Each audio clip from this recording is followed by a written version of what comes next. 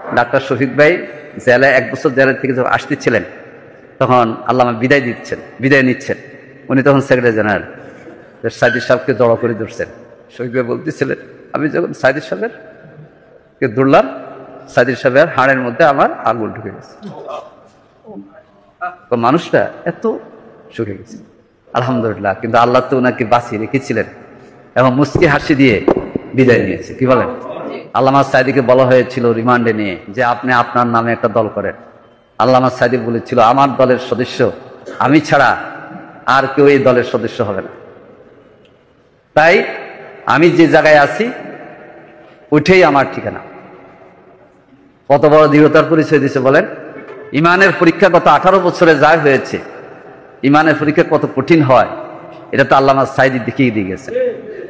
15 বছর 1 মাস উনি জেলে ছিলেন এবং ওনাকে গ্রেপ্তার করার পর প্রথম যে আপনার খুনের মামলা দেওয়া হয়, এটা হলো রাজশাহী বিশ্ববিদ্যালয় ফারুক হত্যার মামলায় ওনাকে রিমান্ডে নিয়ে পাচার করা হয়।